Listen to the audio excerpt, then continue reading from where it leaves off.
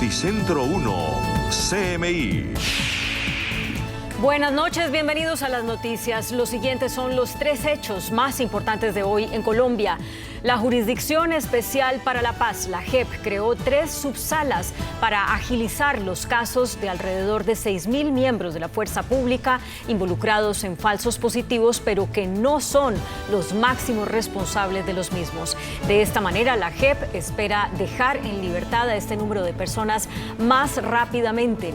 Vamos a ampliar esta noticia en nuestra emisión nacional a las 9 de la noche. Un aparatoso accidente ocurrió al occidente de Bogotá. 4 personas fueron remitidas a un centro asistencial luego de que el contenedor de una tractomula cayera sobre el vehículo particular en que transitaban. El siniestro vial ocurrió en la rotonda de Siberia, unos kilómetros después de la salida de Bogotá por la calle 80. Ampliación de esta noticia en nuestra emisión nacional a las 9 de la noche. La economía colombiana cayó por tercer mes consecutivo. Según el DANE, en octubre la caída fue de 0,4%. El comercio es la actividad más perjudicada. El presidente de FENALCO, Jaime Alberto Cabal, aseguró que el sector afronta una situación crítica por la disminución de las ventas. Hablaremos más de esta noticia en nuestra emisión nacional a las 9 de la noche. Las siguientes son las noticias más importantes del mundo hoy. Medida histórica de la Iglesia Católica. El Papa Francisco autoriza la bendición de parejas del mismo sexo sin considerarlas matrimonio. Terremoto de 5.9 golpea a China. Se registran más de 100 muertos hasta el momento. Emergencia en el este y norte de Estados Unidos por tormenta. Hay inundaciones y cortes de energía. Tormenta mortal en Argentina y Uruguay deja más de una decena de muertos y varios destrozos. Bombardeo de Israel en el norte de Gaza deja más de un centenar de muertes. El Vaticano aceptó la posibilidad de bendecir a parejas del mismo sexo sin que esto constituya un matrimonio. Esta decisión, que sigue la voluntad del Papa Francisco, marca un fuerte cambio de postura en la Iglesia Católica. El Vaticano ha aceptado la posibilidad de bendecir a parejas en situación irregular o del mismo sexo sin equipararlas al matrimonio, según un documento publicado este lunes por la Congregación para la Doctrina de la Fe. El texto responde que se puede entender la posibilidad de bendecir a estas personas sin convalidar oficialmente su estatus ni alterar en modo alguno la enseñanza perenne de la Iglesia sobre el matrimonio. Esta posibilidad, que sigue la voluntad del Papa Francisco, quien desde su elección en el año 2013 ha tratado de hacer que la Iglesia de 1.300 millones de miembros sea más acogedora para las personas LGBTIQ+, sin cambiar la doctrina moral sobre la actividad entre parejas del mismo sexo. Le persone di tendenze omosessuali sono figli di Dio. Dio li vuole bene. Dios le acompaña. El anuncio del Vaticano es la primera que la Doctrina de la Fe, el antiguo Santo Oficio, publica en los últimos 23 años desde el Dominus Jesus. Terremoto en China, al menos 111 personas murieron y más de 200 resultaron heridas después de que un movimiento telúrico de magnitud 5.9 sacudiera el noreste del país. Según el Servicio Geológico, el foco sísmico se localizó a 9 kilómetros de profundidad y el epicentro estuvo ubicado a 37 kilómetros al noreste de Ningxia. Las autoridades informaron que las víctimas y la pérdida de propiedades consecuencia del evento están actualmente bajo investigación y advirtieron que aún son cifras preliminares. Y una fuerte tormenta azota el noreste de Estados Unidos. Este fenómeno deja a miles de viviendas sin electricidad y ha obligado a las autoridades a realizar rescates acuáticos debido a las graves inundaciones. Emergencia climática en Estados Unidos. Hay 42 millones de personas bajo alerta por el mal tiempo desde Washington hasta Nueva Inglaterra, donde se pronostican inundaciones por un sistema de tormentas. Por ejemplo, en New Jersey y Nueva York, las calles se convirtieron prácticamente en ríos, mientras miles de hogares registran cortes de energía. En algunas zonas se esperan corrientes con fuerzas de tormenta tropical con vientos de hasta 80 kilómetros por hora. Hasta el momento, las autoridades registran un hombre muerto luego de que una rama de un árbol cayera sobre un techo. Entre tanto, en el sur del continente, un inclemente temporal causó varias muertes y graves daños, especialmente en Argentina y en Uruguay. La temporada de lluvias continúa azotando varios países, dejando daños en infraestructuras, heridos y muertos. La ciudad de Buenos Aires enfrenta un escenario caótico con más de 500 solicitudes de auxilio recibidos debido a los graves destrozos provocados por el temporal, por lo que el gobierno declaró el estado de emergencia y duelo para las próximas 72 horas en su territorio a causa de la fuerte tormenta sufrida este fin de semana que dejó al menos 14 muertos. A su vez, en Uruguay, las fuertes precipitaciones dejó un saldo de 2 personas muertas, entre ellas un menor de 8 años. El Instituto Nacional Uruguayo de Meteorología emitió una alerta amarilla por tormentas fuertes e intensas e informó que actualmente permanecen desplazadas más de 900 personas. Entre tanto, en Australia hubo grandes inundaciones en el nordeste del país. Hasta el momento, más de 300 personas han sido rescatadas del agua. Decenas de ciudadanos se han tenido que refugiar en los tejados de las casas. Las autoridades advirtieron que la localidad donde se presenta la emergencia se quedará sin agua potable por lo menos durante una semana. Filipinas se reporta una emergencia climática. Más de 11.700 personas han sido evacuadas por una tormenta en el sur del país. Este fenómeno meteorológico tiene vientos sostenidos de 65 kilómetros por hora y tocó tierra esta mañana en el sureste filipino.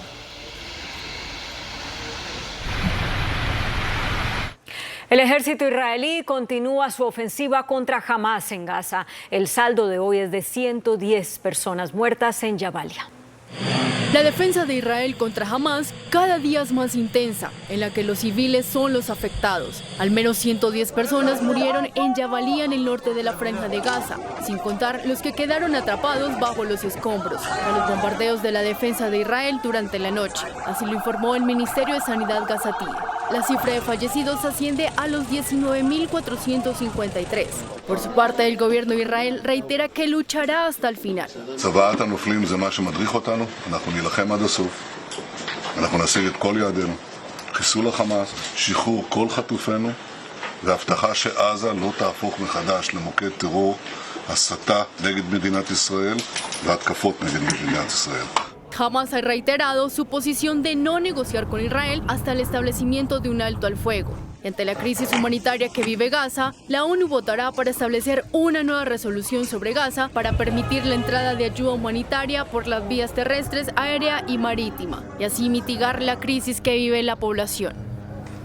El expresidente Donald Trump de Estados Unidos, por supuesto, radicaliza aún más su discurso en la campaña presidencial. El republicano dijo que los migrantes están envenenando la sangre de su país.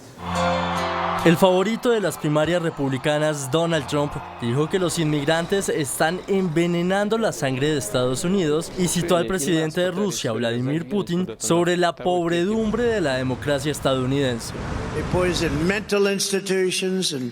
Prisons all over the world, not just in South America, not just the 3 or 4 countries that we think about, but all over the world. They're coming into our country from Africa, from Asia, all over the world. They're pouring into our country. El expresidente de Estados Unidos y candidato presidencial republicano también anunció que planea la deportación más grande en la historia de Estados Unidos si es reelegido en el año 2024. En este mismo discurso, Trump llamó al actual presidente estadounidense Joe Biden un individuo con bajo coeficiente intelectual y el peor, más impotente y más corrupto presidente en la historia de Estados Unidos. En el Día Internacional del Migrante, 2 ONGs presentaron un informe en el que revelan que las mujeres son ya la mitad de los migrantes del mundo. Hoy se conmemora el Día Internacional del Migrante, en donde por décadas miles de personas buscan cruzar las fronteras de sus países para encontrar una mejor calidad de vida, escapar de conflictos, violencia, entre otros. En su mayoría son las mujeres las que buscan cruzar. En un informe, la organización no gubernamental reveló que el género femenino migrante superó por primera vez al hombre en el 2022. Según las Naciones Unidas, en el 2020, más de 146 millones de mujeres vivían fuera de sus países de origen de forma involuntaria. La Agencia de la ONU para Refugiados, ANCUR, en América Latina y el Caribe, mencionó que 1 de cada 4 mujeres en proceso de movilidad humana ha sufrido algún tipo de agresión. Sin embargo, de acuerdo con ONU Mujeres, a nivel mundial apenas el 1% de la ayuda estatal destinada a la igualdad de género se dirige a las organizaciones y mujeres, colaboración que no alcanza para brindar la atención necesaria. El presidente de Chile, Gabriel Boric, anunció que no presentará un nuevo proyecto constitucional luego del segundo rechazo en las urnas al cambio de la Carta Magna. El presidente chileno, Gabriel Boric, reconoció la derrota en la redacción de la nueva Constitución, al tiempo que señaló que durante su mandato, al cual le quedan 2 años, no se llevará a cabo un nuevo proceso constitucional, afirmando que Chile debe enfocarse en intentar solucionar otros problemas que aquejan a la ciudadanía, como la seguridad pública. Además, hay convencimiento de que en términos económicos lo mejor es cerrar la discusión. Lo que la ciudadanía ha señalado, sin embargo, es un mensaje transversal que esa forma de hacer política no la representa. Así, el resultado de este plebiscito, más que una celebración, es un fuerte llamado de atención. Si quien ostenta la mayoría circunstancial se refugia en su trinchera e intenta negar la existencia del otro, jamás lograremos construir acuerdos para avanzar en materias que no pueden seguir esperando. Esto sucede tras 4 años del estallido social que desencadenó el inicio de este proceso constituyente, en el cual Chile volvió a votar por mantener la Carta Magna, originada en la dictadura de Augusto Pinochet y reformada posteriormente por gobiernos democráticos. Con el 55.76% de los votos, la opción en contra se impuso claramente por sobre la opción a favor, la cual obtuvo un 44.24%. Y en Paraguay se llevó a cabo un mega operativo en la mayor cárcel del país que dejó 12 personas heridas y 10 fallecidas. El presidente de Paraguay, Santiago Peña, ordenó un operativo militar y policial en la cárcel más grande del país para retomar el control, ya que era dominada por el clan Rotela. Las autoridades informaron que más de 100 presos de la penitenciaria de Tacumbú fueron trasladados a otros centros de reclusión para garantizar su seguridad. Al menos 12 heridos entre policías, militares y civiles es el resultado del operativo. Además, 10 fallecieron. Por décadas, y a sabiendas de todos, el penal de Tacumbú se convirtió en un centro desde donde operaban grupos criminales planeando asaltos y distribuyendo estupefacientes que envenenan a más de 90.000 jóvenes. En el operativo incautaron armas de fuego tipo fusiles, escopetas, revólveres, pistolas y municiones de distintos calibres, dinamita en gel, armas blancas, estupefacientes y celulares. Al menos 1.000 conductores de tractores protagonizaron una protesta en Berlín ante la negativa del gobierno alemán de abolir los recortes de impuestos para el diésel agrícola. Los agricultores argumentan que los precios aumentarán a medida que el costo de vida siga disparándose en todos los sectores, que la maquinaria pesada con la que trabajan solo funciona con diésel y que todavía no pueden hacer un cambio a la electricidad. Un perro robot marcó un récord mundial por ser el autómata más rápido del mundo. El robot cuadrúpedo Hound logró establecer un récord mundial Guinness por la carrera de 100 metros más rápida realizada por una máquina de este tipo, corriendo esta distancia en un tiempo de 19.87 segundos. La meta se alcanzó tras adoptar una técnica de carrera a través del aprendizaje por refuerzo, un mecanismo de aprendizaje de inteligencia artificial basado en datos con el que se programó el sistema Hound para potenciar al máximo la capacidad de su motor y aumentar la velocidad. Además, esta máquina está diseñada para adaptarse a diversos desafíos físicos, siendo capaz de correr no solo en superficies lisas, sino en terrenos como hierba, superar pendientes de hasta 22 grados y obstáculos de 35 centímetros de altura. Hola, muy buenas noches, bienvenidos a Entrevistas Canal 1 en el horario habitual de Pregunta Yamit, de nuestro director general Yamid Amat. Los colombianos apuestan al año en juegos de suerte y azar, físicos y en línea, cerca de 74 billones de pesos. Pero muchas de esas apuestas, esas son las legales, también son ilegales. Por eso, para hablarnos de un operativo que se adelantó en la costa atlántica a varios departamentos, nos acompaña esta noche en entrevistas Canal 1 el presidente de Coljuegos, el doctor Marco Emilio Encapié, un abogado tolimense con más de 30 años de servicio público y con una experiencia fundamental. Fue, por ejemplo, presidente de la lotería, gerente de la Lotería de Bogotá. Doctor Marco Emilio, bienvenido a entrevistas Canal 1. Muy buenas noches, Gerardo. Bueno, me agrada estar hoy con ustedes en este programa, en este espacio, y pues comentarles y poder aclarar las inquietudes, sobre todo lo que estamos haciendo. Llevamos 5 meses al frente de Coljuegos y bueno, hemos iniciado una reestructuración en el tema, en nuestras metas, las propuestas, que es de combatir la ilegalidad. Primero, la estructura, modernizar la estructura de Coljuegos. Se ha quedado Coljuegos al avance tan inmenso que significan hoy los juegos de suerte de azar. Nosotros, digamos, somos una entidad autorizada constitucionalmente, sí, señor, por lo que tenemos el monopolio de los juegos de suerte de azar en el país. Cuando se dice el monopolio es que controlan. Controlamos, administramos, inspeccionamos, vigilamos todo lo que tiene que ver con los juegos de suerte de azar en el país. Por tal razón, concesionamos juegos, algunos juegos que son nacionales, como el Baloto, como el Superastro. Damos las autorizaciones a operadores en línea, en Internet. Ustedes conocen esas marcas de operadores, sí, de Internet. Igualmente a juegos localizados. Tenemos casi 400 operadores de juegos localizados, que significan aproximadamente más de 3.200 establecimientos de comercio de casinos y juegos de suerte. Cuando usted dice juegos localizados, 400 operadores, es que hay 400 actores, empresas que se dedican a los juegos de suerte y azar y tienen cerca de 3.200 puntos en una tienda, en un supermercado. No. ¿Cómo es eso? ¿O en casinos o qué? Los casinos y establecimientos de apuestas en el país, ¿sí? Son establecimientos localizados, ¿sí?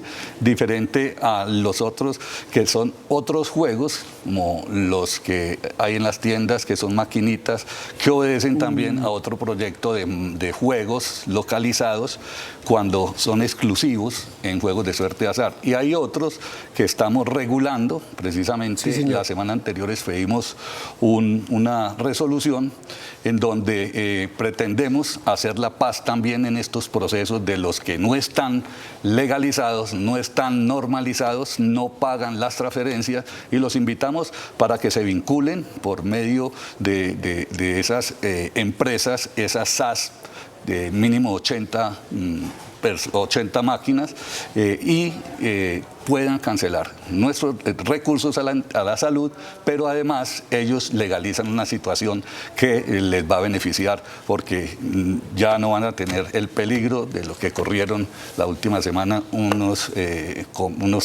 operadores no regulados en el país. Eso que ustedes hicieron el fin de semana en varios departamentos, ¿en dónde y qué fue precisamente en la lucha contra las apuestas ilegales, doctor Marco Emilio? Eso fue un esfuerzo interinstitucional, en unión de la Fiscalía General de la Nación, del Ejército Nacional y de Coljuegos.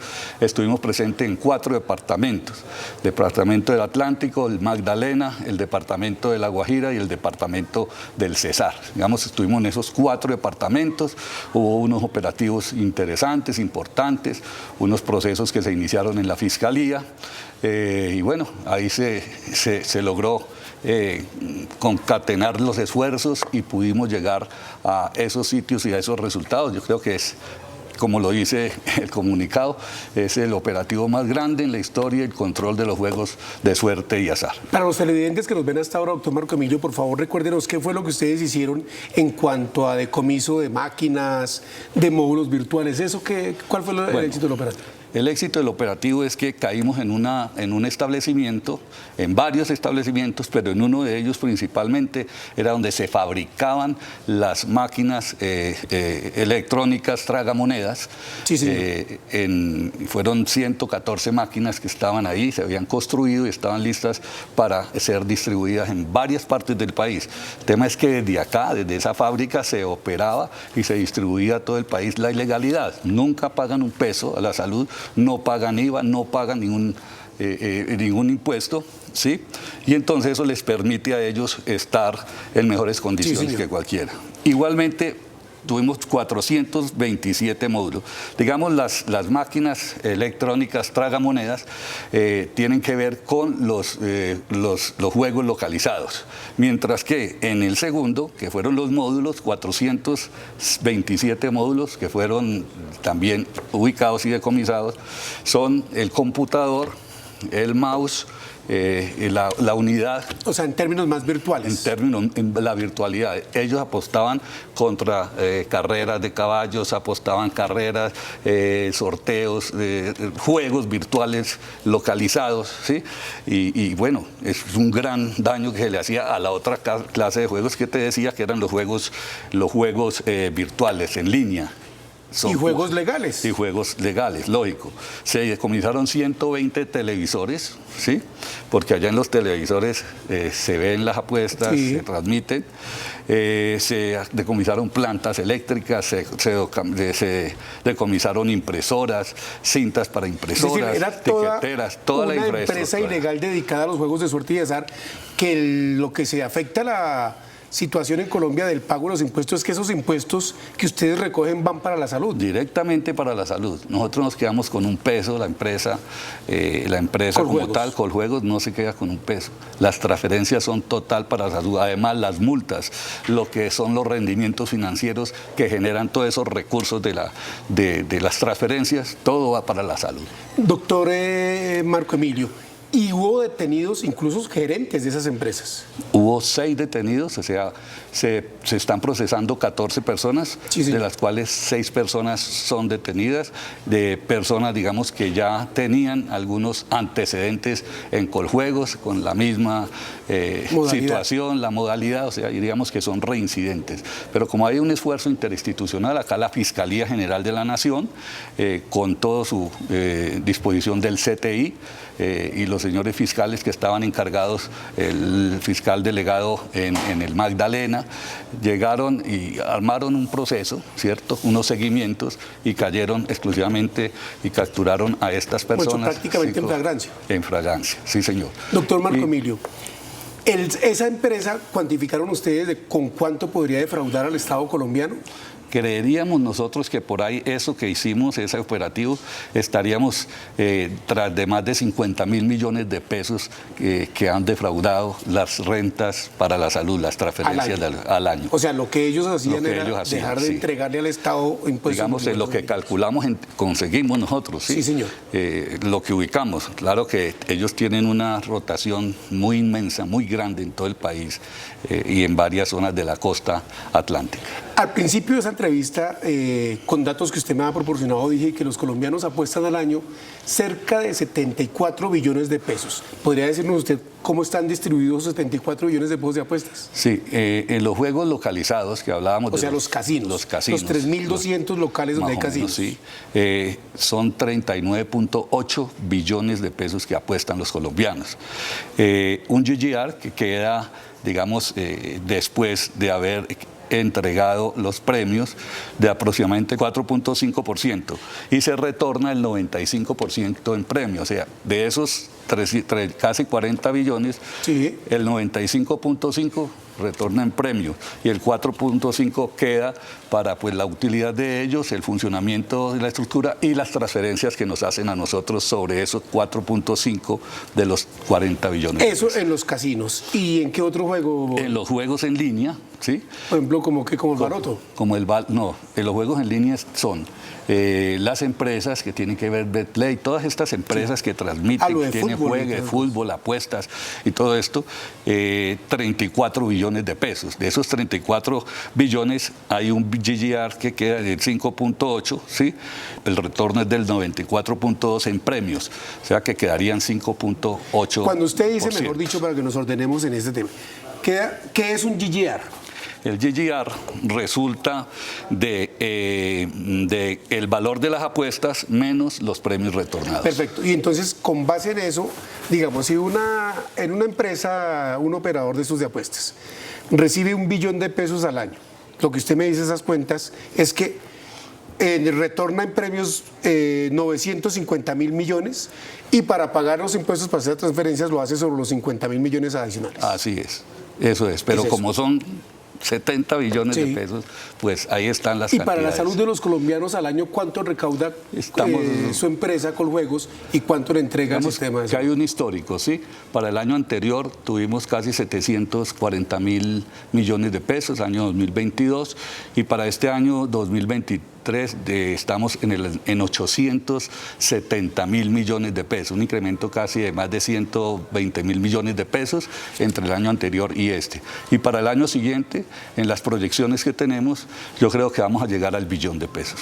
Doctor Marco Emilio, pero las cifras son, digamos, como astronómicas en lo que se juega y en lo que le toca por concepto de impuestos a los colombianos.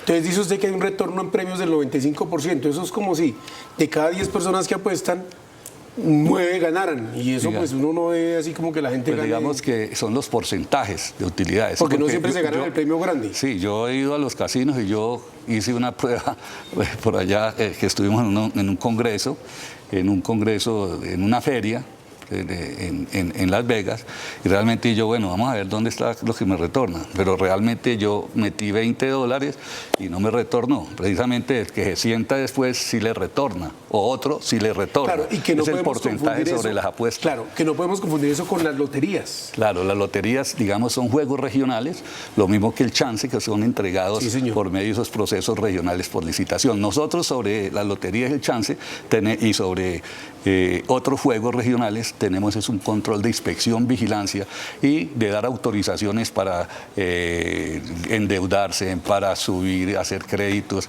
y mirar nosotros, estudiar muy bien las reservas técnicas, porque la reservas técnica es, digamos, la garantía de los apostadores, tanto en los juegos de suerte azar como en otros. Tú me preguntabas ahora sobre si los juegos estaban incluidos el baloto. No, el baloto no está incluido ahí.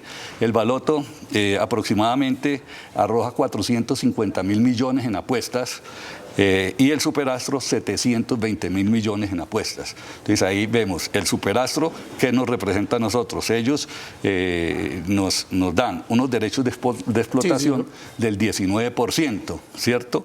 Y el baloto el 26%. Paga más derechos de explotación el baloto que nosotros. Y ellos aproximadamente, el GGR de ellos es el 50% de los premios. De los premios. Doctor Marco Emilio Incapié, con ese nivel de apuestas, los colombianos somos ludópatas.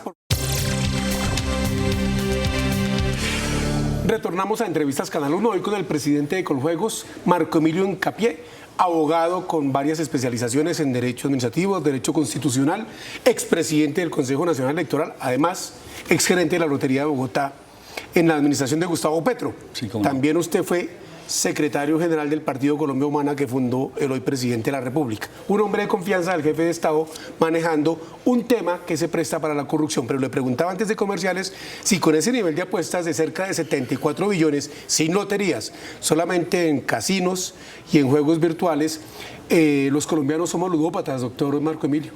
No, yo creo que no somos ludópatas. Digamos que los colombianos tenemos unos convenios, ¿cierto?, que se firman con todos los gremios, ¿sí?, para darle transparencia a esos juegos, unas regulaciones especiales para controlar la ludopatía. Sí, señor. Entonces, que es una enfermedad. Una enfermedad, realmente se han hecho los estudios, ¿cierto?, y en eso seguimos. Primero, tomando medidas para los menores de edad, ¿cierto?, cerrando establecimientos en donde se permita el juego a los menores de edad. Realmente eso da lugar a la cancelación de la licencia que tenga el establecimiento de comercio. Para evitar que los niños se envicien en eso. Se envicien en esos procesos de juegos desde muy pequeñitos, y ya cuando estén grandes, pues es una gran tristeza. Ahí sí nos trasladaríamos a la ludopatía, ¿sí? Sí, sí. Pero no, los colombianos tenemos una gran participación de los jugadores. Digamos que el retorno de los premios pues no permite tanta crisis que nos lleve al punto de pensar que estamos en ese... Digamos, y cuando usted hace las inspecciones, porque usted personalmente me cuentan que llega a los casinos, usted mismo a ver cómo es que están las cosas, ¿no se encuentra con personas que no salen de ahí? Mira, ahí he visto, yo poco he ido a los casinos, de pronto he estado estudiando, de pronto entro sin identificarme en ningún casino, entro a mirar el comportamiento de las personas. De pronto en algunos veo que hay muchos fumadores, pero en un sitio especial para los fumadores. Yo ni resisto el tema del humo. Sería una de las observaciones, pero igual son aparte, son separados del resto de los jugadores que se encuentran presentes. Y doctor Marco Emilio, en esas inspecciones, ¿cómo hacen ustedes para saber que efectivamente lo que reporta el casino, porque en línea sería como más fácil tener el control, pero lo que reporta el casino es efectivamente lo que corresponde y deduce para pagar los impuestos? En eso teníamos una pregunta importante en un confis recientemente que hicimos la semana pasada, y me preguntaban de presupuesto la situación de la evasión. Ese presupuesto del Ministerio de Hacienda. El Ministerio de Hacienda. ¿Cómo estaba lo de la evasión? Yo diría que la evasión en la legalidad podría llegar a un 30%, porque digamos tenemos un control en línea, pero no en tiempo real. Y ahí viene el segundo punto, que es el segundo meta nuestra, que es la reestructuración, ¿sí? La modernización de la Oficina de Tecnologías de la Información. Nosotros tenemos que modernizarnos y estar al tanto con las necesidades. Entonces, en ese orden de ideas, yo creo que vamos a tener, a partir ya del año entrante, control sobre los juegos, ¿cierto? Sí, señor. Comenzamos con el bingo, seguimos con los juegos operados por Internet y después con los localizados, que son los 3.000 y pico de negocios que van a estar en un software y van a tener que operar, los vamos a operar en tiempo real, o sea que lo que está pasando, realmente lo que está sucediendo, estamos recibiendo la señal y estamos recibiendo los recursos, como se hace hoy en día y lo logramos en la Lotería de Bogotá, que en tiempo real se reportaran las apuestas del chance. Doctor Marco Emilio, entonces tenemos dos problemas frente a uno, la evasión que hacen los operadores, 400 operadores legales, y otro, la elusión, la ilegalidad. Y la que hace la ilegalidad, o sea, el no pago de impuestos. Y eso ya usted me dice que el 30% más o menos lo legal. Y la ilegalidad, ¿cuánto le roba al presupuesto nacional? La ilegalidad está abordando en el año 2017-2018 se hizo un estudio y llegábamos al billón de pesos. Hoy en día estamos sobre los linderos del 1.5 billones de pesos que la ilegalidad le está quitando a la salud de los colombianos. Es decir, reduciendo, si pusiéramos la ilegalidad frente a la legalidad, es decir, después de retornar el 95% de premios, se quedan con 1,5 billones de pesos que no le pagan al Estado. Exactamente. Es decir, que la ilegalidad mueve más plata en los juegos de suerte y azar que la legalidad. Claro que sí, porque no pagan impuestos, ¿sí? No hacen las transferencias a la salud y, lógico, tienen una infraestructura increíble. Sí, una infraestructura increíble en todo el país. Hemos comenzado ahora con otro tema importantísimo que es el Keno. El Keno es un juego que hoy está prácticamente en su mayoría en la ilegalidad. Digamos que estamos iniciando otro proceso para entregar realmente en concesión, en licitación, el juego del Keno, que nos va a dar importantes transferencias para la salud. Vamos a incrementar de una manera muy importante. ¿Qué es el juego de Keno? Le confieso que hasta ahora lo oigo. El juego de Keno, digamos, tiene un origen chino. De los chinos, son unas apuestas que se hacen, digamos, permanentemente, cada 2 minutos, cada 3 minutos, tú escoges el número de números que vas a apostar, puedes apostar 5, 10, 15 o 20 números, y si coge uno u otros números, entonces tiene unos recursos que te los van a devolver y tú sigues apostando. Ese Keno, digamos que ha golpeado o se ha entronizado mucho en los estratos 2 y estratos 3, en la costa atlántica, en Bogotá, ¿sí? En la ¿Y eso costa es con planilla o es cómo? No, se juega allá directamente en unos aparatos, ¿Máquinas? Sí, unas máquinas allá en cada uno de esos puestos localizados. Eso también va a tener su actividad, ¿sí? Porque acá tuvimos una actividad de que no estaba dentro de los parámetros precisos, pero sí había, por ejemplo, las pantallas que sirven para apostar a ese queno. Ahí salen las pantallas, los números, lo que vas a apostar. Apuestas los números precisamente virtualmente y ellos le dan el resultado. Yo como usuario que quiero hacer una apuesta, ¿cómo sé si un punto es ilegal o legal? Primero la identificación del punto, aunque eso muy comúnmente le ponen autorizado Coljuegos, como dice la publicidad nuestra, que deben de tener todos los establecimientos. Pero, digamos, es la forma de la actividad misma, ¿sí?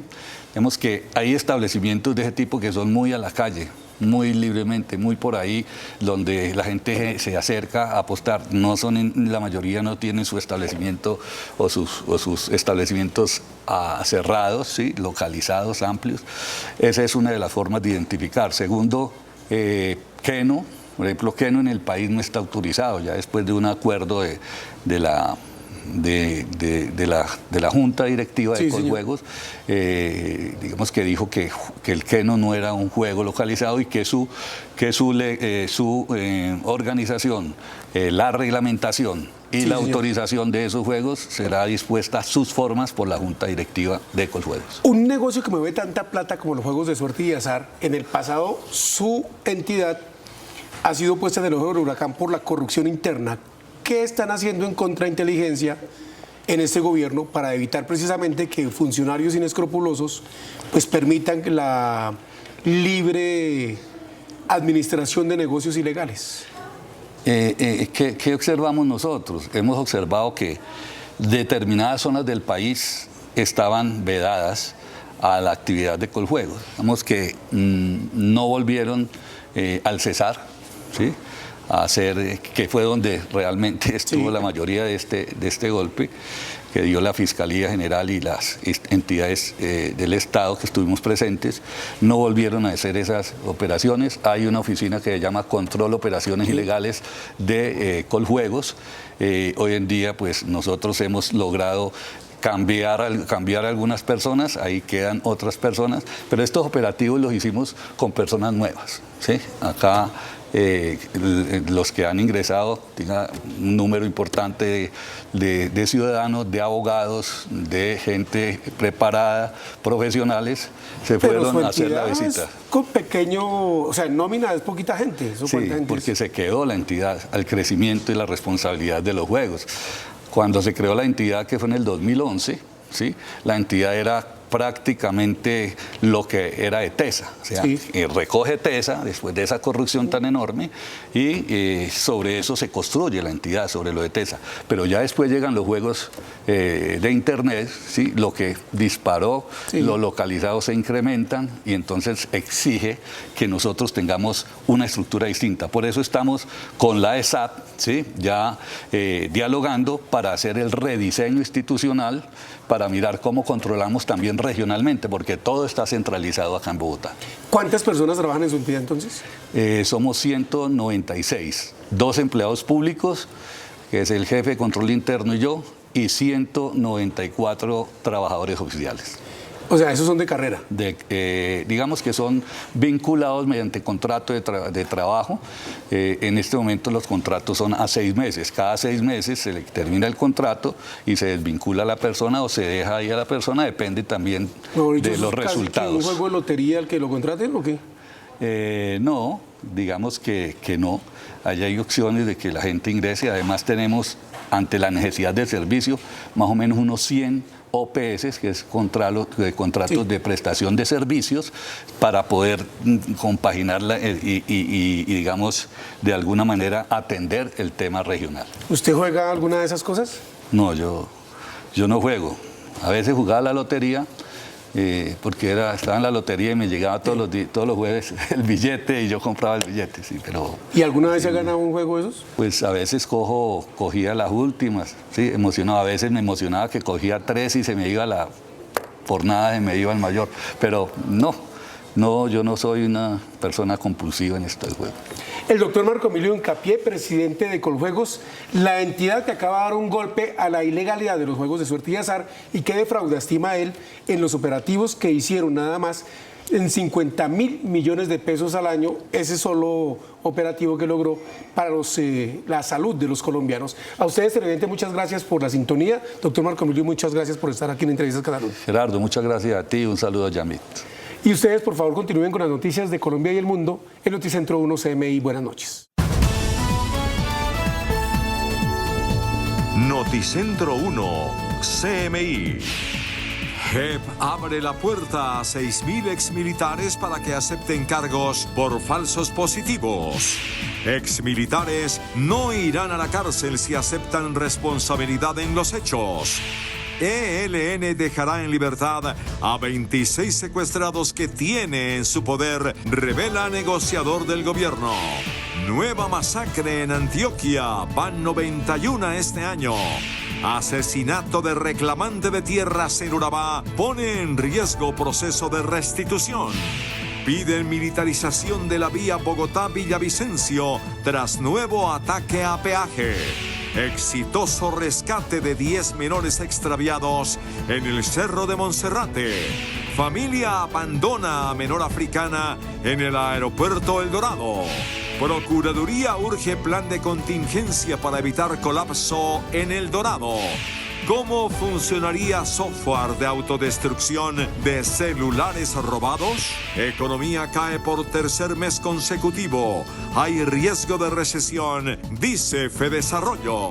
Iniciamos nuestra segunda hora de noticias. La Jurisdicción Especial para la Paz creó 3 subsalas para resolver rápidamente la situación judicial de alrededor de 6.000 exintegrantes de la fuerza pública implicados en casos de los llamados falsos positivos, pero que no son los máximos responsables de esos hechos. Según las normas de la JEP, si confiesan los actos, no irán a la cárcel. La Jurisdicción Especial para la Paz resolverá la situación jurídica de más de 6.000 militares e integrantes de la fuerza pública implicados en casos de falsos positivos. Estas personas tendrán que aceptar su responsabilidad para tener los beneficios de la JEP. Digan la verdad plena, a que reconozcan responsabilidad si hay pruebas que demuestran su responsabilidad y a que reparen a las víctimas. Y es que los 6.000 integrantes de la fuerza pública no serían los máximos responsables de los falsos positivos, por lo que la JEP buscará que entreguen la verdad para dar con los principales autores intelectuales de las ejecuciones extrajudiciales. No fueron los que consiguieron las víctimas, las engañaron para conducirlas al lugar donde les iban a causar la muerte.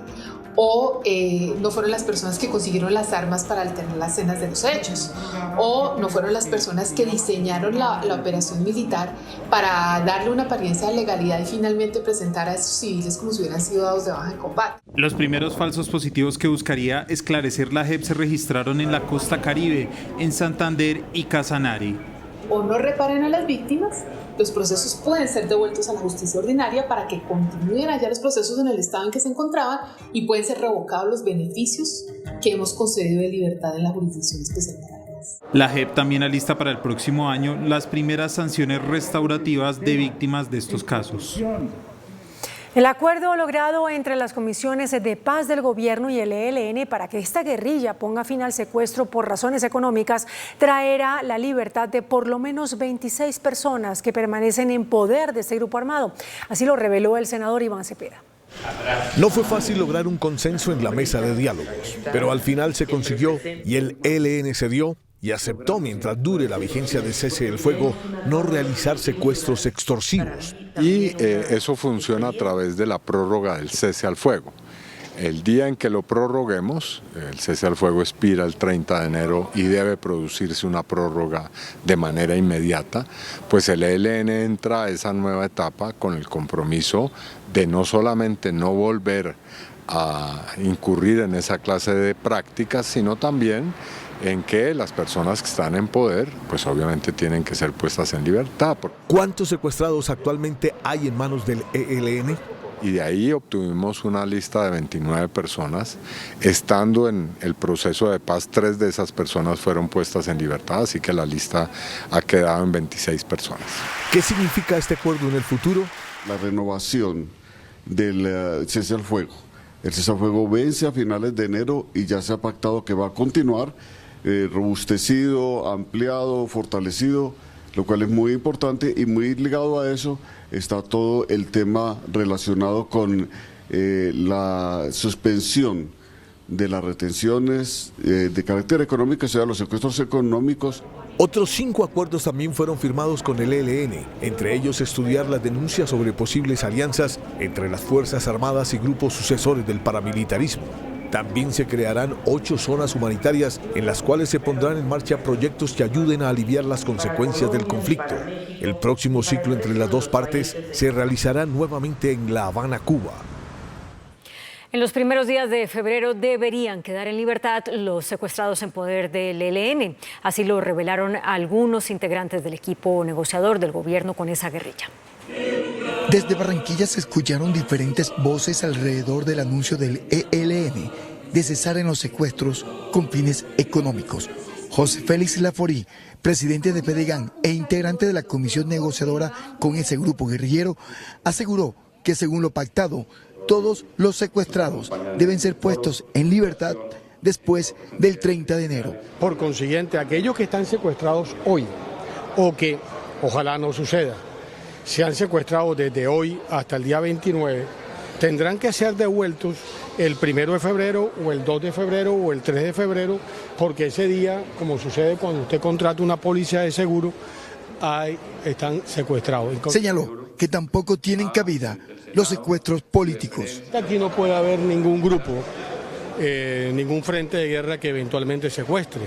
Y si eso es así, evidentemente tendrán que responder porque firmaron por parte del ELN y tendrán que explicarle al país por qué un frente de guerra sigue secuestrando. Para el presidente del Senado, hay que creer en el ELN. Nosotros debemos tener mucha fe en que las cosas de este país busquen una salida, y si uno de los actores de la guerra, como es el ELN, acepta y renuncia al secuestro y a la extorsión, tenemos que creerle y tenemos que vincularlo precisamente a estos proyectos políticos. Mientras tanto, la senadora María Fernanda Cabal se expresó escéptica del anuncio del ELN. O sea que van a secuestrar a los que no sean con fines económicos, sino políticos. ¿Quién le cree al ELN? ¿Petro? El presidente del Congreso, quien lideró en Barranquilla la audiencia sobre regiones autonómicas, consideró que se debe revisar el sistema geopolítico del país y acabar con el centralismo. Muchas voces y sectores del país nos encontramos en la necesidad de un replanteamiento del modelo de Estado que tenemos, incluido el tema de que las insurgencias debemos vincularlas, debemos darle una manera de que también entre bajo un proyecto político a constituir un nuevo tipo de país. Más de 15 senadores de la República asistieron a este evento político en Barranquilla. Una nueva masacre se registró hoy en el departamento de Antioquia. Según Indepaz, en el corregimiento de Bolombolo, 3 personas fueron asesinadas, al parecer, por las llamadas autodefensas gaitanistas de Colombia. Se trata de 2 hombres y una mujer que fueron asesinados y dejados a orillas del río Cauca.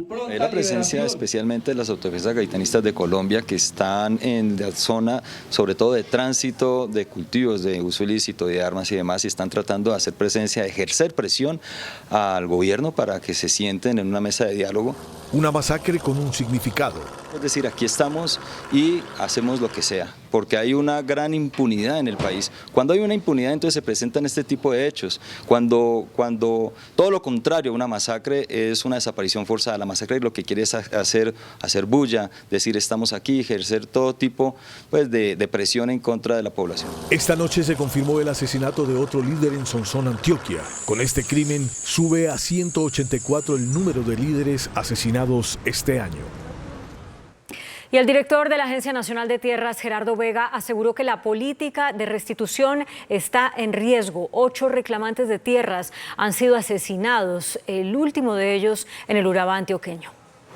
Con la muerte de Diego Antonio Arrieta en el norte del Urabá, en Antioquia, se completan 8 asesinatos en lo corrido del año de reclamantes de tierra en el país. Para la Agencia Nacional de Tierras la situación es preocupante, ya que se está poniendo en riesgo la política de restitución. Permitir que esto esto continúe es acabar con la restitución, es hacer no viable la restitución de tierras e impedir la actividad que nosotros tenemos de formalizar las tierras en el norte de Urabá. El funcionario señaló que el reclamante de tierras tenía fallos de restitución a su favor el 23 de julio de este año. Era uno de los beneficiarios de la zona de Tulapas por la empresa RIA, en la que son socias la Gobernación de Antioquia, EPM y el IDEA, y a quien también responsabilizó por los hechos. Que hay más de 100 solicitantes de restitución de tierras en esa área y que en una sola sentencia fueron los mismos victimarios los que los despojaron. Es en el mismo sitio, son sitios colindantes y es en la misma época. Se insiste en un pacto por la convivencia. ¿A qué acuerdo de convivencia logramos y que sean las víctimas las beneficiadas? La Gobernación de Antioquia rechazó los hechos y anunció una recompensa. Quiero anunciar, porque he convenido con la policía, pero también con la Secretaría de Seguridad, una recompensa de hasta 30 millones de pesos por quien nos pueda brindar información para esclarecer este hecho y para dar con los culpables del mismo. En esta zona se cuentan cerca de 1.250 hectáreas. Y en Ituango, Antioquia, un comerciante fue secuestrado en las últimas horas. Las autoridades señalan como responsable a las disidencias de las FARC. En el corregimiento Santa Rita de Ituango, Antioquia, decenas de personas marcharon para exigirle a los grupos armados que detengan el secuestro y pidieron la liberación de Miller Alonso Guerra Salas, un comerciante de la zona, quien fue detenido por hombres armados cuando se transportaba en su vehículo. Los indicios, al parecer, indican que sería el Clan del Golfo y obviamente he estado en contacto tanto con ejército como con policía para que se avance en la reacción a este secuestro. Las autoridades ofrecieron una recompensa de hasta 20 millones de pesos por información que permita capturar a los responsables del secuestro. Y ante los recientes ataques terroristas en la vía Bogotá-Villavicencio, las autoridades y diferentes sectores del Meta pidieron a la fuerza pública mayor seguridad para ese corredor vial. Incluso solicitaron la militarización de varios tramos de la vía. Los dos atentados terroristas con artefactos explosivos que solo dejaron daños materiales se presentaron, uno en el peaje de Pipiral en la vía Bogotá-Villavicencio y el otro en el peaje de Acacias-Meta. Cuando explotó el primer artefacto explosivo en el peaje del Boquerón, que eso es en Cundinamarca, pero es en la vía Bogotá, pedimos que la vía debe ser militarizada, porque tienen un viejo anhelo las disidencias de las FARC o la Nueva Marquetalia, el viejo anhelo del terror que sembraba Romaña en la vía, y nos estaban anunciando el 11 de noviembre. Hoy volvemos a pedir, cuando explota un artefacto explosivo en Pipiral, en el Meta y en el peaje de la vía Casillas, lo que pedimos nosotros es que sea militarizada toda la vía. Las autoridades manifestaron que ya había un equipo de policía y fiscalía que adelantan una investigación para determinar los responsables del atentado. De manera articulada con las fuerzas militares, especialmente con el Ejército Nacional, con la 4ª División, vamos a establecer unos patrullajes en conjunto y se va a reforzar la presencia tanto en el peaje de Locoa como en el peaje de Pipiral. También en los tramos viales que están en estos dos corredores viales. Esta situación tiene preocupados a la población del Meta, pues ya es el segundo acto terrorista en menos de 20 días. Lo más responsable es que el gobierno determine rápidamente quiénes son los autores y si son las disidencias, pues obviamente el llamado es a que tienen que ser coherentes, si están sentados en la mesa de negociación, si están queriendo demostrarle al país y al gobierno nacional que tienen voluntad de paz, pues no pueden seguir sucediendo este tipo de atentados. Las autoridades se encuentran en alerta máxima en todo el departamento del Meta tras este nuevo atentado terrorista. Por cuenta de las declaraciones que ha dado en los últimos días el ex jefe paramilitar Salvatore Mancuso, hoy se enfrentaron el expresidente Álvaro Uribe Vélez y el excomandante guerrillero Rodrigo Londoño, conocido como Timochenko. La controversia entre el expresidente Álvaro Uribe, el ex jefe paramilitar Salvatore Mancuso y el excomandante máximo de la entonces guerrilla de las FARC, Rodrigo Londoño, alias Timochenko, comenzó este fin de semana con una declaración que le dio Salvatore Mancuso a la periodista María Jimena Duzán, en la que dijo que tuvo una entrevista con Álvaro Uribe en la finca El Ubérrimo. El expresidente dijo: Mancuso sinvergüenza. Antes decía que cuando pasaban por El Ubérrimo no miraban porque yo no ayudaba. Y frente a esta situación, Rodrigo Londoño en su cuenta X publicó: sugiero al doctor Uribe que, tras las declaraciones de Salvatore Mancuso y el monumental material probatorio por su presunta responsabilidad en graves violaciones al derecho internacional humanitario, se someta a la JEP. Aún puede contribuir a la paz y asumir su responsabilidad. En un corto mensaje, el ex jefe de Estado le respondió al ex guerrillero: de Timochenko lo único que hay que decir es que es un matón santurrón. El expresidente Álvaro Uribe siempre ha cuestionado a la JEP por aceptar los testimonios de Salvatore Mancuso, que dice lo que habla contra él es absolutamente falso todo. Las autoridades lograron rescatar a 10 jóvenes que estaban extraviados en el cerro de Monserrate, en Bogotá. 7 menores de edad y 3 adolescentes estaban hipotérmicos cuando fueron encontrados por la policía y los organismos de socorro.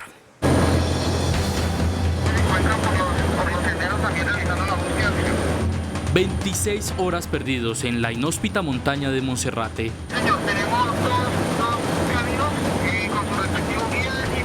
El mismo director de la Policía Nacional, general William René Salamanca, decidió salir a buscar a los 10 jóvenes extraviados, 7 menores de edad y los otros 3 con edades entre los 18 y 19 años. Bueno, y hay una luz también que están sobre la quebrada de San Francisco. Desplacemos todo el componente de la policía hacia la quebrada de San Francisco para lograr su rescate cuanto antes. A las 11 de la mañana inició el operativo de búsqueda por parte del director de la policía. En 2 aeronaves sobrevolaron el cerro donde estaban los jóvenes. Acompañe al equipo rescatista de la policía los elementos para poder abrigar a los jóvenes porque están en difícil condición de salud, por favor, y el equipo paramédico también. Minutos después, en tierra avisaron al general del encuentro de los primeros 3. 80 policías de la unidad de rescate, también desplazamos policías montados a caballo para coayudar en su búsqueda, un equipo desde el aire, sumado a las capacidades que la Alcaldía Mayor de la ciudad dispuso en cabeza del Cuerpo de Bomberos. Gracias al uso de tecnología como drones, aparecieron tiempo después los otros 7. 3 de los menores eran hermanitos. Y esta noche se conoció el parte de los organismos de socorro que adelantaron el rescate de los menores extraviados en Monserrate. 5 fueron atendidos en el puesto de mando unificado y 5 remitidos a un centro asistencial. Solo uno de ellos con heridas de consideración. Este es el momento en el que los organismos de socorro trasladaban a una de las jóvenes que resultó lesionada en los hechos. Por un tema de control propio del estado en el que ellos se encuentran, tanto de salud física como de salud mental. Y hay una persona que va a ser trasladada también, que es una persona que viene con una lesión de rodilla y lesión de cadera. Más de un día de incertidumbre pasaron los familiares de los jóvenes que se habían extraviado en los cerros orientales de Bogotá, quienes la única información que tenían antes de que se extraviaran era que iban a realizar una caminata en el cerro de Monserrate. Abrazarlo no me di tampoco cómo venía, pero la emoción me ganó. Lo abracé y pues le agradecí mucho a mi Dios. Horrible porque no sé por qué se tenía que desviar de camino, de verdad que sí.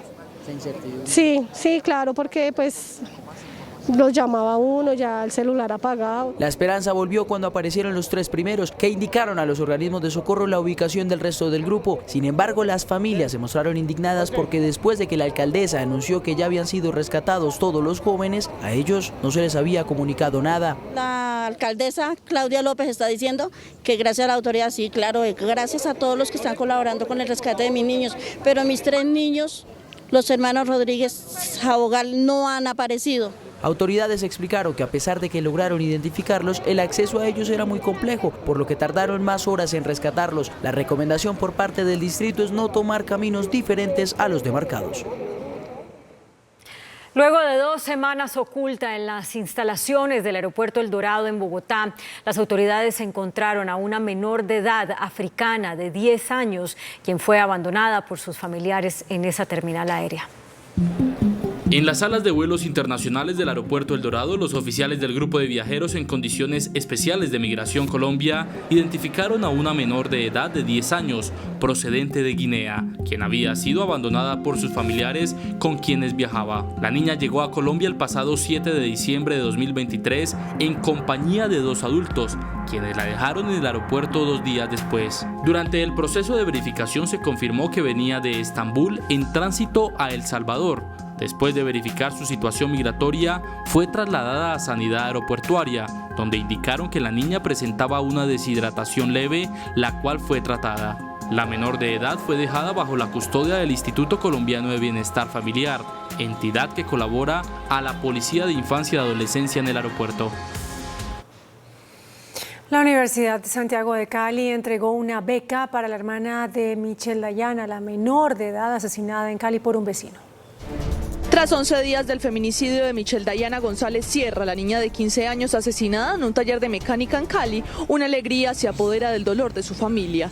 Luego de que en las últimas horas su hermana Hilary Lisset fuera merecedora de una beca por parte de la Universidad Santiago de Cali para estudiar la carrera de sus sueños. Voy a estudiar psicología, gracias a Dios y a mi hermana y para las personas que han dado para que eso se haga posible. Agradecido con el ángel que tengo en el cielo, que también ella es intermediaria ante Dios para que Él nos mande toda esta serie de bendiciones. Tras la entrega de esta beca, que además de reconocer el mérito académico de Hilary Lisset, busca destacar la importancia de la educación como vía para superar tragedias como el feminicidio de Michelle Dayana, su padre, Genaro González, se refirió a las recientes declaraciones del comandante de la Policía Metropolitana de Cali, que asegura que Harold Andrei Echeverry, presunto feminicida de su hija, no será trasladado a Cali. Por el contrario, permanece en una cárcel de Villavicencio, ciudad donde tuvo lugar su captura. Y donde sea que paguen cualquier cárcel del país, lo importante es que esté recluido y pues no tenga la oportunidad de hacerle más daño a ninguna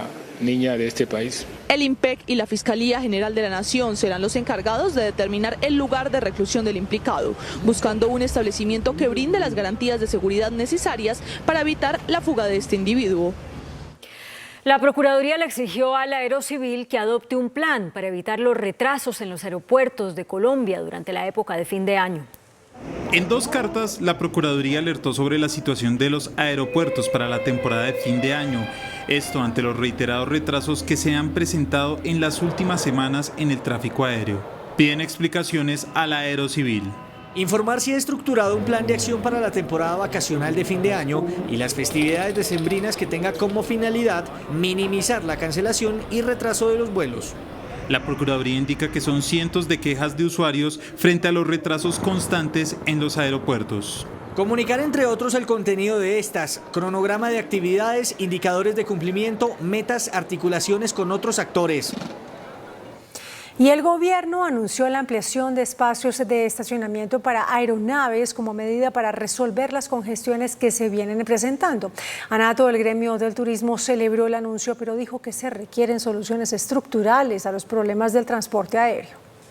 El aeropuerto El Dorado de Bogotá contará con 7 sitios de parqueo de aviones adicionales como una medida de choque que acaba de anunciar la Agencia Nacional de Infraestructura para hacerle frente a las congestiones que puedan presentarse en esta temporada alta de Navidad y Año Nuevo. Todo este trabajo que se puede hacer desde la Aeronáutica Civil con el Gobierno Nacional, incrementando posiciones para que más aerolíneas puedan o para que las aerolíneas tengan mayor acceso para el despegue y el aterrizaje, pues es bienvenido. Pero creo que es un trabajo también estructural a largo plazo. La presidenta de ANATO, Paula Cortés, también se refirió al bajo volumen de viajeros internos. Solamente 7 de cada 100 colombianos se da el lujo de viajar por vacaciones. Es muy importante revisar cómo podemos incentivar estos destinos turísticos y, por supuesto, cómo sopesamos de alguna manera la inflación y los costos que va a generar el próximo año para que más colombianos puedan viajar por Colombia. Se adjudicó el contrato para la modernización del aeropuerto Rafael Núñez de Cartagena. La obra tendrá un costo cercano a los 920.000 millones de pesos. La Agencia Nacional de Infraestructura firmó contrato con la empresa termotécnica Coindustrial SAS, quienes serán los encargados de renovar y mejorar el aeropuerto internacional Rafael Núñez de Cartagena. Con una inversión de 920.000 millones, se espera la ampliación en 3,5 años del aeropuerto, que contará con un edificio terminal de 17.360 metros cuadrados y la remodelación de 2.814 metros cuadrados de la terminal existente. El usuario no va a sentir ningún cambio en esa parte. Nosotros haremos todas las gestiones técnicas y administrativas correspondientes para que la operación y el ejercicio diario de todo el manejo de los usuarios del aeropuerto sea sin ningún inconveniente. Asimismo, se conoce que a nivel nacional serán varias las inversiones de ampliaciones a aeropuertos. Nosotros venimos avanzando en otro tipo de proyectos, no solo Cartagena, sino la ciudad de Bogotá, para ampliar tanto el lado aire como el lado tierra. También venimos haciendo esfuerzos en el aeropuerto de San Andrés, un aeropuerto que esperamos abrir en el primer trimestre del próximo año para remodelar completamente la terminal actual, pero también trabajamos en los aeropuertos de suroccidente, en Cali y Buenaventura, que permita tener en suma más de 90 millones de pasajeros de capacidad adicional que vamos a proveer desde la Agencia Nacional de Infraestructura. En cuanto al talento humano que ya opera, la empresa encargada de la concesión manifiesta que aunque surgirán cambios, se espera la continuidad de los trabajadores. Como el más grande operativo contra la ilegalidad en los juegos de suerte y azar, calificó el presidente de Coljuegos, Marco Emilio Hincapié, el golpe que permitió en las últimas horas la captura de 6 personas, incluidos 2 gerentes de empresas, y el decomiso de decenas de máquinas tragamonedas y de juegos en línea. Durante el fin de semana, autoridades encabezadas por la Fiscalía General de la Nación y Coljuegos incautaron más de 4.000 millones de pesos en máquinas que eran utilizadas para las apuestas ilegales, 114 tragamonedas y 427 módulos de juegos en línea. Esto ocurrió en los departamentos de Atlántico, Magdalena, Guajira y Cesar. Lo más importante fue que llegamos al corazón de la ilegalidad de las máquinas tragamonedas y igualmente a los juegos operados en línea, con toda la implementación, maquinaria, infraestructura, para poder llegar a todos los departamentos de la costa. En nuestro país los colombianos invierten al año 74 billones en juegos de suerte y azar, diferentes a loterías y juegos de chance. Y la evasión alcanza el 30%, de acuerdo con el presidente de Coljuegos, mientras que la ilegalidad también es billonaria. Deja de percibir aproximadamente 1.5 billones de pesos por todos los juegos de suerte y azar. Este año las regalías que entregan los juegos de suerte y azar para la salud llega a los 870.000 millones de pesos. El gobierno expedirá un decreto que reglamenta el uso de un mecanismo conocido como Kill Switch, que permite destruir los procesadores de los celulares en caso de robo. Así funciona este software. El ministro de Tecnologías de la Información y las Comunicaciones, Mauricio Liscano, anunció que a través de una tecnología que destruye parte del software de los celulares se busca combatir el robo de estos aparatos. Esta tecnología no es una tecnología nueva, está en el mundo, funciona en Estados Unidos, en Minnesota, en San Francisco, funciona en Inglaterra. Es una tecnología que se llama Kill Switch, que lo que busca es desde el operador o desde el dispositivo destruir el procesador. El ministro precisó que el mecanismo no representa peligro para la salud de quien posea un celular y ha sido probado con éxito en Estados Unidos. En California, cuando se integró esta tecnología, tuvo una reducción del 17%. En Nueva York tuvo más o menos del 27% y en Londres casi del 30% en reducción del robo de celulares. De otro lado, el ministro de las TIC anunció que con la subasta de la tecnología 5G que inicia esta semana, se moverán inversiones por 5 billones de pesos en el sector. Se cumplió el primer día de la cumbre del alto gobierno liderada por el presidente Gustavo Petro. El encuentro en el que se busca definir el plan estratégico de gobierno para el 2024 tuvo lugar en la Escuela de Ingenieros Militares en Bogotá. Durante la jornada se hizo un corte de cuentas de varios sectores y se revisó la ejecución presupuestal. Se espera que mañana, último día de la cumbre, se defina la agenda legislativa para el próximo año y también posibles cambios en el gabinete, así como en algunas entidades descentralizadas. Bogotá firmó el acuerdo para la construcción de la primera fábrica de vacunas de la firma Sinovac, que estará lista a finales de 2027. El distrito y la empresa Sinovac anunciaron la culminación de las negociaciones para la primera fábrica de vacunas del país. Bogotá Bio es para la ciencia y el desarrollo farmacéutico de Bogotá y de Colombia, lo que el metro es para la movilidad. Es de ese nivel de importancia lo que estamos logrando el día de hoy. A nuestro juicio, este proyecto va a ofrecer una muy relevante ayuda al desarrollo de la causa de salud pública de Bogotá y también va a servir para crear nuevos empleos, para formar importantes talentos locales de Bogotá, de Colombia, en el desarrollo de la tecnología de biotecnología. El canciller Álvaro Leiva felicitó a la administración de Claudia López. Ojalá las nuevas administraciones sepan interpretar este esfuerzo que les deja en su legado la alcaldesa de Bogotá. La fábrica empezará con la producción local de 4 vacunas, una contra el COVID-19 y 3 del programa ampliado de inmunizaciones, hepatitis A, varicela y polio. El próximo 20 de febrero la Fiscalía acusará al ex candidato presidencial Óscar Iván Zuluaga y a su hijo David Zuluaga por el caso Odebrecht. Pese a que la diligencia estaba citada para este lunes, la audiencia en la que iniciará el juicio se pospuso por una incapacidad médica del fiscal del caso. En el Día del Migrante, la policía anunció la desarticulación de una peligrosa red dedicada al tráfico de migrantes que operaba en la zona del Tapón del Darién. En estos buses, en su mayoría robados, eran transportados los migrantes que pagaban altas sumas de dinero para atravesar el Tapón del Darién. Estas personas cobraban entre 300 y $1.000 por persona, dependiendo de su nacionalidad. A las personas que más les cobraban eran a los ciudadanos asiáticos. Un solo objetivo: llegar de forma ilegal a los Estados Unidos. Esta era una organización que se dedicaba al tráfico de migrantes de diferentes nacionalidades. Estas personas movieron más de 220 personas de otras nacionalidades. De entre esas 220, 54 personas alcanzaron a llegar a Estados Unidos a cumplir su cometido. Agentes de la DIJÍN le siguieron la pista a toda la organización dedicada a este delito. Tratos inhumanos que se presentaban en medio de los recorridos. Aunque muchos lograron pasar, otros fueron abandonados en el camino.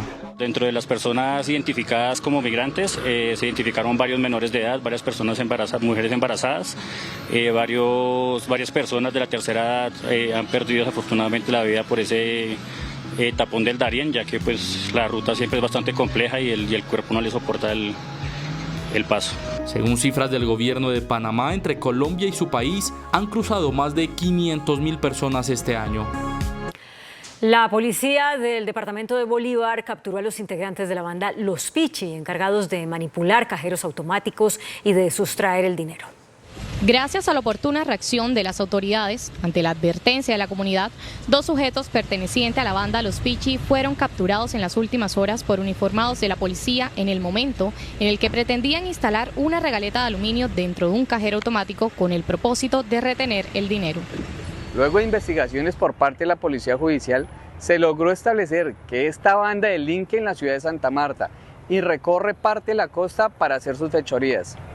La recomendación que le damos a la ciudadanía es que por estas fechas de Navidad y fin de año esté atento cuando haga la fila en los cajeros y bancos. Y si va a retirar cierta cantidad de dinero, pida acompañamiento policial. Es un servicio totalmente gratuito. Y lo más importante, si presenta inconvenientes en algún cajero, llame a un vigilante para que le ayude y no lo haga con terceros. El modus operandi buscaba que las víctimas abandonaran el sitio sin recibir dinero y así ellos aprovechar el momento para llegar y sustraer los billetes. Los capturados fueron dejados a disposición de la Fiscalía General de la Nación por el delito y obstaculización ilegítima del sistema informático y un juez deberá definir su situación jurídica.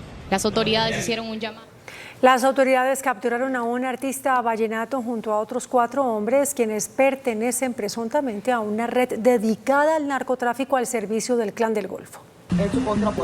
5 peligrosos narcos eran blanco de la DIJÍN e Interpol. Meses de investigación que permitió su captura. En esta estructura se encuentra Ángel Navarro Romero, quien es el coordinador del narcotráfico en el departamento de Antioquia y la costa, responsable del envío de más de 2 toneladas mensuales de clorhidrato de cocaína aproximadamente hacia Estados Unidos. En barcos camaroneros ocultaban kilos y kilos de cocaína que eran enviados hacia Estados Unidos. Utilizaba como fachada barcos camaroneros, los cuales también utilizaba para el transporte de las sustancias estupefacientes. Asimismo, las 3 personas de Cali se encargaban de toda la logística del envío del estupefaciente hacia el Urabá antioqueño, con vehículos acondicionados con caleta. Uno de los capturados es un reconocido cantante de vallenato. Sí, esta estructura trabaja en asocio con la estructura GDO Clan del Golfo. Está Ángel Navarro, socio criminal de alias Pocho, alias Jorman y alias Compa o Curvo, quienes también fueron requeridos en extradición por Estados Unidos por el delito de narcotráfico. 2 de los 5 narcos son solicitados en extradición por Estados Unidos. En las últimas horas, Brian Hurtado, secretario de Cultura de Cali, presentó su carta de renuncia luego de ser denunciado ante la Fiscalía por presunto abuso sexual. El hasta hoy funcionario expresó que se concentrará en su defensa. Aseguró que no ha cometido ningún atentado contra los derechos de terceras personas. El hecho por el que es denunciado, el exsecretario se habría presentado el 17 de septiembre durante una celebración de cumpleaños en el municipio de Calima, en el Darién. En Bogotá, un aparatoso accidente de tránsito se registró en las últimas horas en la glorieta de Siberia, esto es sobre la calle 80 en la salida por el occidente de la ciudad. Una tractomula que transportaba un contenedor con 28 toneladas de alimentos se volcó y cayó sobre una camioneta que transitaba por la vía. 4 personas resultaron heridas en el hecho. Las autoridades atribuyen el accidente a un posible exceso de velocidad de la tractomula.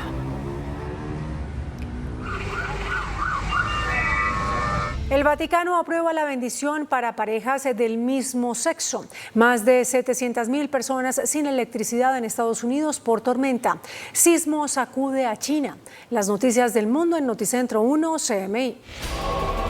El Papa Francisco aprobó este lunes que los sacerdotes católicos puedan administrar bendiciones a las parejas del mismo sexo, así como a las parejas en situación irregular, siempre y cuando no sean parte de un ritual o una liturgia de la iglesia. El documento aclara que la nueva directriz no debe confundirse con el sacramento del matrimonio. Tiene el propósito de establecer que Dios acoge a todos. Una potente tormenta azota el noreste de Estados Unidos, dejando a más de 700.000 personas sin electricidad, carreteras tapadas, más de 500 vuelos cancelados y más de 3.600 sufriendo retrasos. Las autoridades alertan sobre la prolongación de la tormenta, por lo que declararon estado de emergencia hasta el jueves. Un terremoto de magnitud 6.2 sacudió la provincia de Gansu, China, dejando al menos 110 personas muertas y viviendas colapsadas. Aún se desconoce la cifra de desaparecidos. Rescatistas continúan las labores de búsqueda. Por tercer mes consecutivo, la economía del país cayó. Según el DANE, en octubre la caída fue del 0,41%. El comercio afronta una situación crítica por la reducción de las ventas, según dijo el presidente del gremio. La economía del país, que en agosto ya había caído menos 0,3% y en septiembre en esa misma proporción cayó en octubre menos 0,4%, donde uno de los sectores más perjudicados ha sido el comercio. Es una situación crítica, están cayendo 14 de los 19 sectores de subsectores del comercio que mide el DANE. Entre ellos vehículos, confecciones, calzado, está cayendo los bienes durables, semidurables, que son equipos de cómputo, tabletas, teléfonos celulares, electrodomésticos, o sea que son una caída muy fuerte en muchos sectores y lamentablemente pues este año 2023 ha sido el peor año en muchísimos años. La caída del comercio fue de menos 5,4%, la construcción de menos 5,2% y los servicios profesionales menos 0,7%. Primero, el consumo se ha deprimido tremendamente, fruto de las altas tasas de interés de las tarjetas de crédito, que son consecuencia de las altas tasas de interés del banco, que está haciendo el Banco de la República, que está luchando contra la inflación.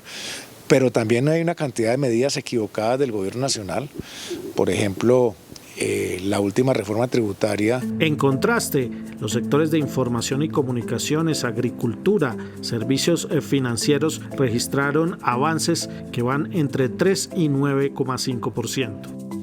El Centro de Estudios Económicos FEDesarrollo advirtió que la caída en el comercio y la construcción ponen a la economía en riesgo de recesión.